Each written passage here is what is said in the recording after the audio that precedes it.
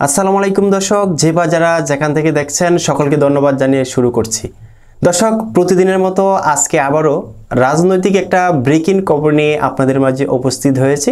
তবে প্রত্যেকবারের তুলনায় আজকের যে ব্রেকিং নিউজটা, সেটা যারা আওয়ামী লীগের রাজনীতি করেন তাদের জন্য অনেকটা খুশির একটা সংবাদ। দর্শক, কথা না বাড়িয়ে মূল পর্বে চলে যাচ্ছি। ভিডিওটা স্কিপ না করে শেষ পর্যন্ত দেখতে থাকেন, তাহলে ভিডিওর মূল বিষয় আপনারা বুঝতে পারবেন। দর্শক, ছাত্র জনতার গণ অভ্যুত্থানে ক্ষমতাচ্যুত হয়ে ভারতে আশ্রয় নেওয়া বাংলাদেশের সাবেক প্রধানমন্ত্রী শেখ হাসিনার টেলিফোনে কথোপকথনের একটি অডিও ফাঁস হয়েছে। যুক্তরাষ্ট্র প্রবাসী তানভীর নামে এক আওয়ামী লীগ নেতার সঙ্গে ফোন আলাপে শেখ হাসিনা বলেছেন, আমি দেশের খুব কাছাকাছি আছি, যাতে আমি চট করে বাংলাদেশে আবার ঢুকে যেতে পারি।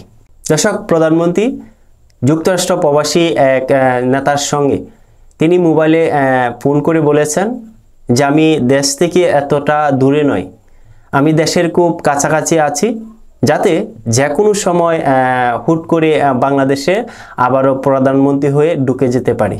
দর্শক, গত 29 আগস্ট প্রকাশ হয় ভারতে অবস্থানরত শেখ হাসিনাকে এবার গাজিয়াবাদ থেকে সরিয়ে নিয়েছে ভারত। তাকে গভীর রাতে হেলিকপ্টারে দিল্লির কোথাও নিয়ে যাওয়া হয়।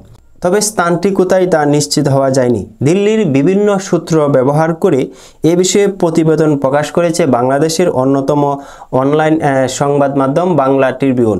হেলিকপ্টারে গাজিয়াবাদ থেকে দিল্লি স্থানান্তরের খবর আর শেখ হাসিনার সঙ্গে তানভীরের টেলিফোনে যোগাযোগ হয় আগস্ট মাসের শেষের দিকে বা সেপ্টেম্বরের শুরুর দিকে।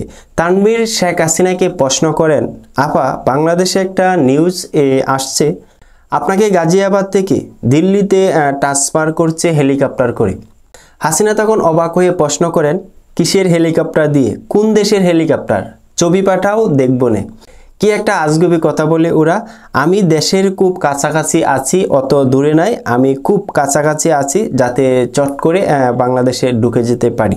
এ সময় কাঁদতে কাঁদতে তানভীর বলেন, আপা, কষ্ট লাগে, আপনি যে মিডিয়াদের রেখে গিয়েছেন, এরা আপনার হয়ে কাজ করে না, কই যাব আপা, আপনি যখন নির্দেশ দিবেন তখনই প্রস্তুত থাকব, আপনি বললে সাথে সাথে দৌড় দিব আপা।